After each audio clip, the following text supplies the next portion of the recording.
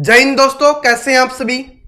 आशा करता हूं आप सभी बहुत अच्छे होंगे और आप सभी की तैयारी है वो बहुत अच्छे से चल रही होगी। दोस्तों, एसएससी जीडी के लिए जो हमारी मैथ की क्लासेस आ रही थी, आज उसमें हम पढ़ने वाले हैं एवरेज औसत। आज हम पढ़ रहे होंगे और देखिए सारे क्वेश्चंस मैंने आज की क्लास में वो लिए हैं जो रिपीटेड क्वेश्चंस हैं, जो यानी कि बार बार आपके एसएससी जीडी के एग्जाम में पूछे जाते हैं। जिस टाइप के क्वेश्चंस हैं वो आपके एसएससी जीडी के एग्जाम में बार बार पूछे जाते हैं, उन क्वेश्चंस को मैंने यहां पर लिया है। और आज वाले क्वेश्चंस बहुत आसान होने वाले हैं, बहुत ही इजी आपको लगने वाले हैं अगर आपने थोड़ी सी भी मेहनत की हुई है। अगर आपने थोड़ी सी भी मेहनत की हुई है, एवरेज चैप्टर पढ़ा हुआ है, तो आपके लिए आज वाले क्वेश्चंस बहुत ही आसान होने वाले। मैं आपको यह दिखाना चाहता हूं कि एवरेज से इतने अच्छे क्वेश्चंस, इतने प्यारे क्वेश्चंस, इतने इजी क्वेश्चंस भी हैं आपके एसएससी जीडी के एग्जाम में पूछे जाते हैं। अलग अलग टाइप के होंगे और ये एग्जाम में बार बार रिपीट होते हैं, तो आप सभी को ये क्वेश्चंस जरूर आने चाहिए। और अगर आपको आते नहीं है, इसका मतलब आपने मैथ में बिल्कुल भी मेहनत नहीं की है। एसएससी जीडी का जो आपका सपना है फौजी बनने का, वो आपसे काफी दूर है। ये बात याद रख लेना, क्योंकि इतने आसान क्वेश्चंस अगर आप नहीं कर पाओगे तो फिर कुछ नहीं हो सकता। देखो क्या है, मोटिवेशन से शुरुआत कर लेते हैं कि तब तक लड़ना मत छोड़ो जब तक अपनी तय की हुई जगह पर पहुंच न जाओ। लड़ना नहीं छोड़ना है और आप सभी ने एक ही चीज तय की हुई है कि मुझे एसएससी जीडी में जॉब लेनी है। एसएससी जीडी की जो सरकारी नौकरी है उसको इस बार मुझे पक्का करना है। ये आप सभी ने बनाया हुआ है, अपने आप के दिमाग में तय किया हुआ है कि इस बार मुझे सरकारी जॉब चाहिए, सरकारी नौकरी चाहिए, और वो भी फौज की वर्दी मेरे बदन पे चाहिए। तो चलिए शुरुआत करते हैं बिना किसी देरी के।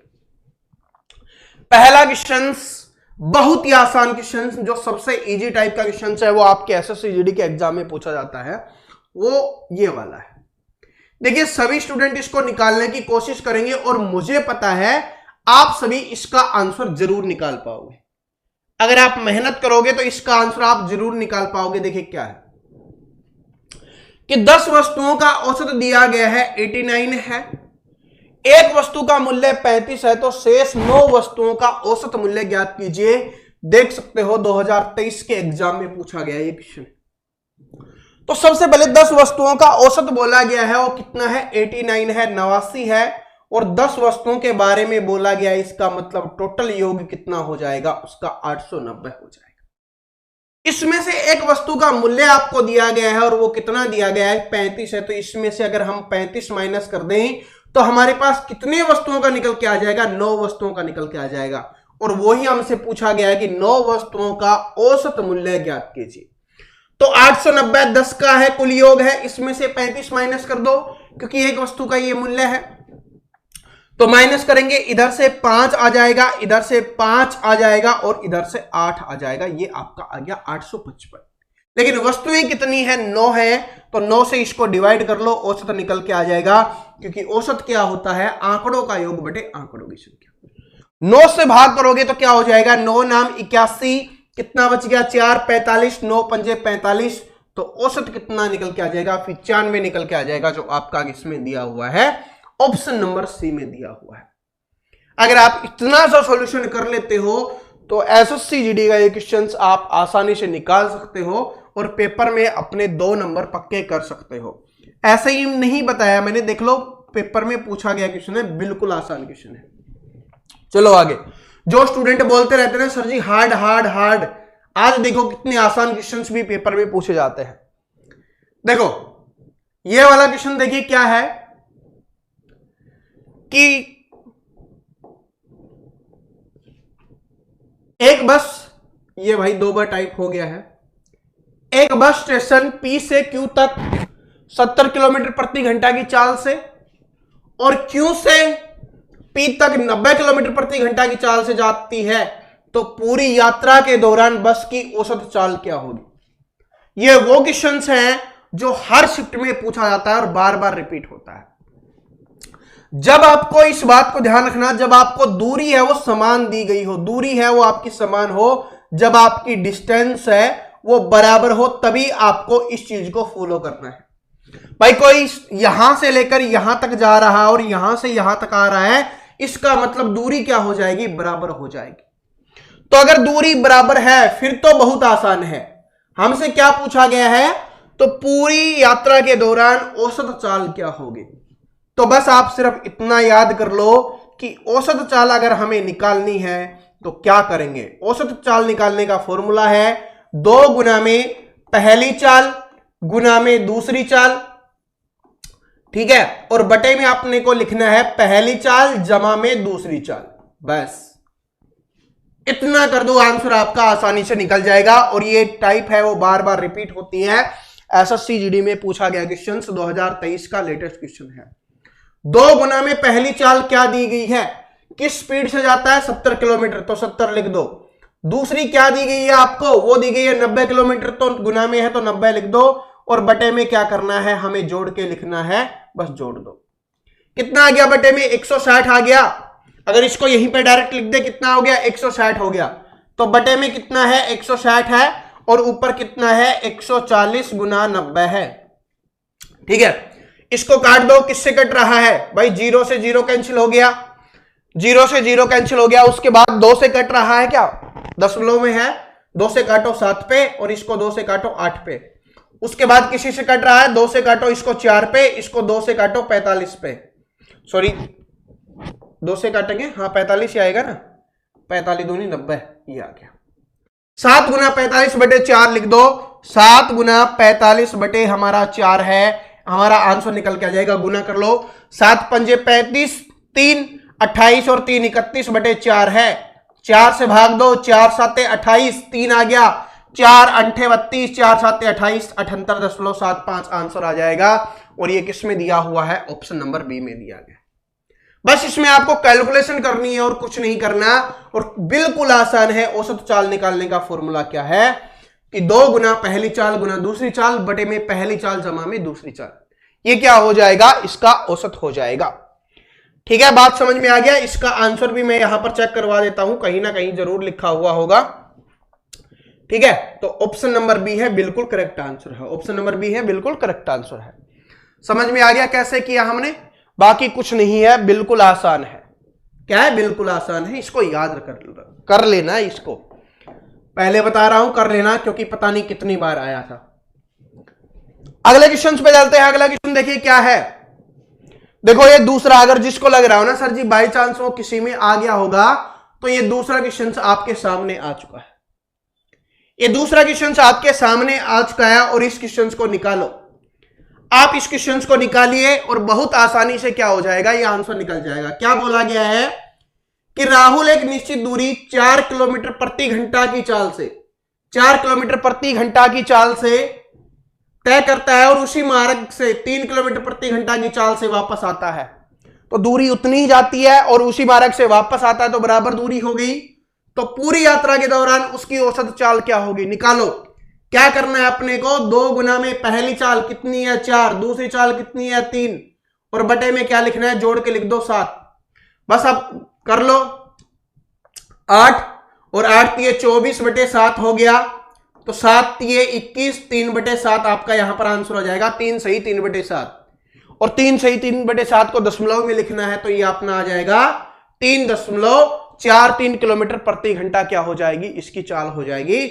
ऑप्शन नंबर सी है, क्या हो जाएगा यहां पे, करेक्ट आंसर हो जाएगा। ऑप्शन नंबर सी ही है भाई, ठीक है, देख लो यहां पर ऑप्शन नंबर सी ही है। समझ में आ गया। तो बस अगर आप उस चीज को फॉलो कर लेते हो तो आपको फिर कोई भी प्रॉब्लम नहीं होने वाली है। चलो अब आगे चलते हैं। अगला क्वेश्चन देखिए, अगला क्वेश्चन आपकी स्क्रीन पे आ चुका है, और मैंने आपको ये समझाया भी था, स्पेशल इसकी क्लास करवाई थी, बताया था कि ये क्वेश्चन औसत से बार बार एग्जाम में पूछा जाता है। क्या है कि एक बल्लेबाज 15वीं पारी में 97 रन बनाता है।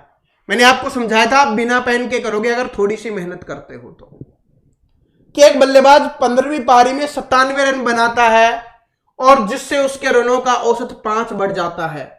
तो 15वीं पारी के बाद उसके रनों का औसत ज्ञात कीजिए। अब वो 15वीं पारी में कितना बना रहा है, 97 बना रहा है, और जिससे क्या हो रहा है, उसका औसत 5 बढ़ रहा है। 15 पारी में औसत 5 बढ़ रहा है, इसका मतलब कितना बढ़ गया भाई? 75 बढ़ गया। टोटल रन कितने बनाए हैं उसने 97 रन बनाए हैं, इसका मतलब पहले वो कितने रन बना रहा था? 22 रन बना रहा था। अगर आपसे ये पूछेगा कि पहले का औसत कितना होगा तो वो 22 हो जाएगा, लेकिन हमसे वर्तमान का पूछा है तो ये पहले वाले में बस 5 जोड़ दो, ये आपका आंसर आ जाएगा 27 आंसर आ जाएगा, जो ऑप्शन नंबर बी में दिया गया है। बताओ कितना आसान है, कितना आसान क्वेश्चन है। और ये वाली टाइप आपके एग्जाम्स में बार बार रिपीट होती है, और लेटेस्ट क्वेश्चन ही मैं आपको दिखा रहा हूं, ऐसे नहीं कोई पुराने क्वेश्चन आपके लिए लेके आ गया। देख लो पिछले साल का ही क्वेश्चन है, दिमाग में सेट कर लो, ये टाइप है वो बार बार रिपीट होती है। औसत 5 बढ़ा है, इसका मतलब 15 पारियों में 5-5 बढ़ा है तो 75 बढ़ा है। टोटल बनाए कितने रन? 97, इसमें से 75 है वो ज्यादा बनाए हैं, तो इसका मतलब पहले एवरेज कितना बना रहा था? वो 22 बना रहा था। आपसे पूछे कि पहले औसत कितना था या पुराना औसत कितना था, ये आपसे पूछे तो 22 हो जाएगा। अब आपसे नया औसत पूछे या 15वीं पारवी के बाद औसत पूछे तो आपका क्या हो जाएगा? इसमें 5 और जोड़ दो, क्योंकि अभी 5 और बढ़ चुका है, तो कितना हो गया? 27 हो गया। ओके, ठीक है। चलो अब अगला क्वेश्चन देखते हैं। क्वेश्चन नंबर 5 है आपके सामने कि एक क्लब में 90 महिला सदस्य है, 60 पुरुष सदस्य है, और यदि महिला सदस्यों की औसत आयु 35 है और पुरुष सदस्यों की औसत आयु 45 है, तो पूरे क्लब की औसत आयु कितनी होगी? ये तो बहुत ही आसान है, लैंग्वेज बहुत बड़ी है, बहुत आसान है। कितनी महिलाएं हैं? 90 महिलाएं हैं, और कितने पुरुष हैं? 60 पुरुष हैं। महिलाओं की औसत आयु कितनी दी गई है? 35 दी गई है, तो इसको 35 से गुना कर दो। पुरुषों की औसत आयु कितनी दी गई है? 45 दी गई है, तो इसको 45 से गुना कर दो। सबसे पहले इसको कैलकुलेट कर लो, आपका आंसर निकल जाएगा भाई, 0 तो रहेगा ही। 9 पंजे 45, 5 4 27 और 4 31 हो गया। इधर देखो 0 रहेगा, 6 पंजे 30, 3 24 और 3 27 हो गया। इनको जोड़ लो, इधर से 0 5 8 5 ये आ गया। हमें क्या निकालना है? औसत निकालना है। आंकड़ों का योग हमारे पास आ चुका है, आंकड़ों की संख्या हमें लिखनी है, और संख्या कितनी है? दोनों को जोड़ दो। 90 महिलाएं हैं और 60 पुरुष है, 150 हो गया। 150 से इसको भाग कर दो, 0 से क्या हो गया? 0 कैंसिल हो गया। उसके बाद 15 से कट जाएगा, देख लो कितने पे जाता है? 15 3 45, 15 3 45, 15 चौके 60 हो जाता, 13 बच गया, 135, ठीक है, और 15 नामा 135, तो ये 39 यहां पर आंसर हो जाएगा।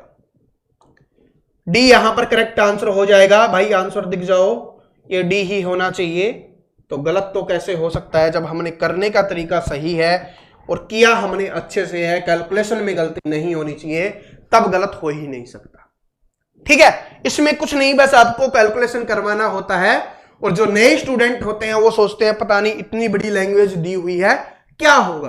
कुछ नहीं है, बहुत आसान क्वेश्चन है, आसानी से आप इसका आंसर कर दोगे। इस टाइप के क्वेश्चंस आएंगे तो चलो अब अगली टाइप का क्वेश्चंस देखते हैं। ये वाला देखिए क्या है, ये वाले क्वेश्चंस आजकल ज्यादा आने लग गए हैं।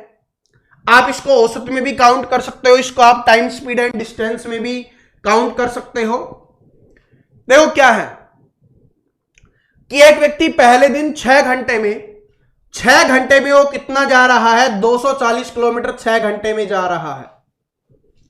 ठीक है, उसके बाद क्या बोला गया?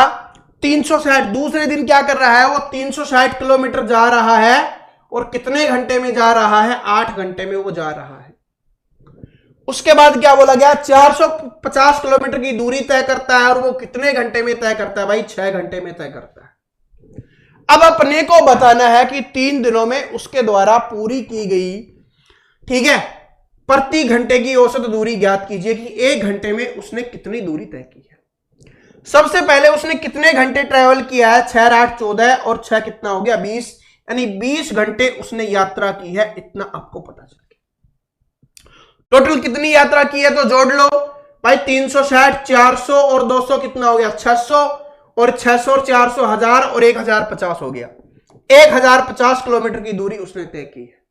तो 1050 किलोमीटर को 20 घंटे से भाग कर दो, 1 घंटे का निकल के आ जाएगा, जो क्या होता है? औसत हो जाएगा, क्योंकि यहां पर 3 दिया गया, 0 से 0, 2 से काटो, 2 पंजे 10, ठीक है, कितना आ गया? 2 पंजे 10, 2 दूनी 4 और 2 पंजे 10, 52.5 किलोमीटर प्रति घंटा हो जाएगा, जो आपका ऑप्शन नंबर डी में दिया गया है। क्या ये बात सभी को समझ में आ गई? जब ऐसे आएगा तो आराम से कर दोगे। बराबर दूरी नहीं दी गई, अलग अलग दूरी दी गई है, अलग अलग घंटे दिए गए हैं, तो दूरी को जोड़ लेंगे कि भाई उसने कितनी दूरी तय की है, घंटों को जोड़ लेंगे कि उसने कितने घंटों में तय किया है, तो फिर 1 घंटे की दूरी हमारे पास निकल के आ जाएगी। उसको इससे भाग कर दो और जो निकल के आ गई है 52.5, और जो 1 घंटे की होगी वही क्या हो जाती है, स्पीड हो जाती है। तो 52.5 किलोमीटर प्रति घंटा क्या हो जाएगी, स्पीड हो जाएगी। क्या बात सभी को समझ में आ गई? समझ में आ गई तो अगले क्वेश्चन पे चलते हैं। ये वाला क्वेश्चन और ये वाली टाइप बड़ी शानदार है। ऐसा नहीं है सिर्फ 2022-23 वाले एग्जाम में आया था, ये वाली टाइप 2021 वाले एग्जाम में भी आपसे पूछी गई थी, तो इसका मतलब आप सभी के लिए इंपॉर्टेंट टाइप बन जाती है। लेकिन मैं फिर भी बता देता हूं, बहुत ही आसान टाइप है ये, थोड़ा आपको दिमाग लगाने की आवश्यकता होगी, फिर आप इसको बिना पेन के भी कर सकते हो। थोड़ा सा दिमाग लगाने की आवश्यकता है। देखो क्या है, 10 व्यक्तियों में से 9 व्यक्तियों ने अपने नाश्ते पर प्रत्येक ने 15 रुपए खर्च किए हैं।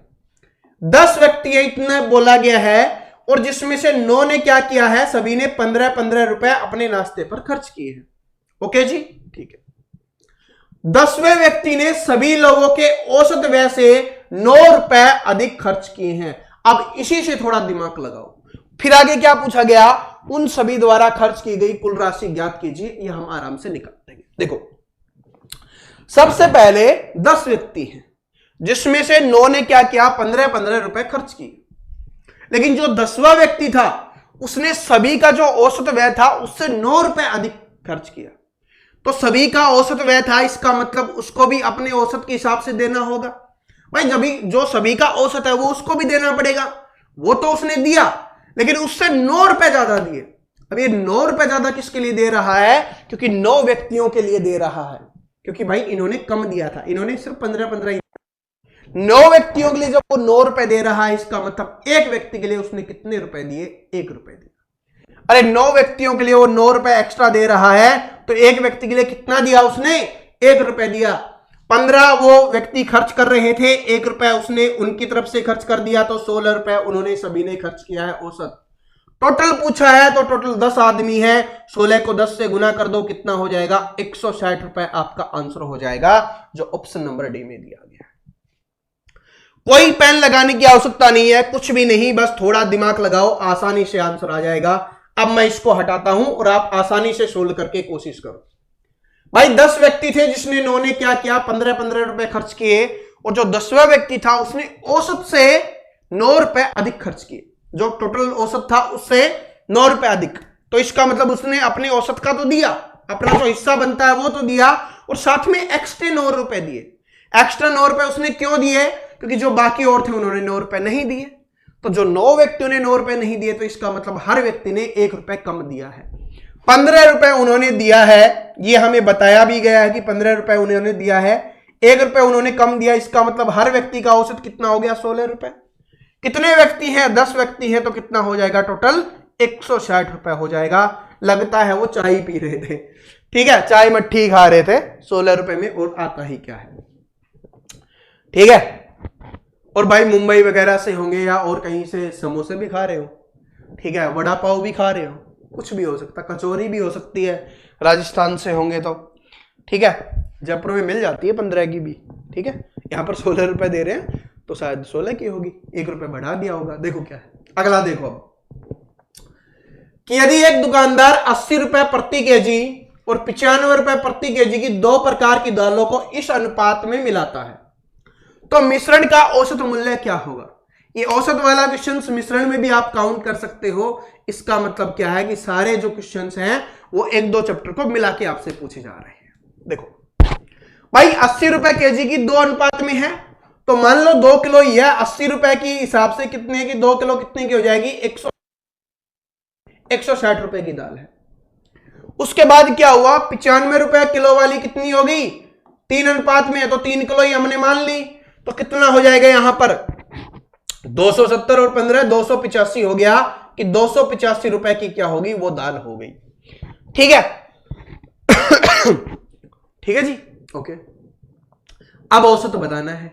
भाई 5 किलो दाल है, कितनी दाल है, 5 किलो दाल है और टोटल रुपये हो गए, तो जोड़ लो इधर से 5, 4 और 4, इसको क्या करो 5 से भाग कर दो, आ जाएगा आपका यहां पर आंसर आ जाएगा 5 × 40, 5 × 45, 89 रुपए हो जाएगा, 89 रुपए पर केजी। तो दाल का औसत मूल्य क्या हो जाएगा, 89 रुपए पर केजी हो जाएगा। बात समझ में आ गया, बस चेंज करके कुछ भी दे सकता है, दाल की जगह पे चावल दे देगा, चावल की जगह पे मूंग दे देगा, ठीक है, और कुछ भी दे देगा, गेहूं दे देगा, जौ दे देगा, मक्का, बाजरा, ज्वार, कुछ भी दे सकता है। अपने को उससे मतलब है नहीं, अपने को जो मैथ है, कैलकुलेशन है, उससे मतलब है।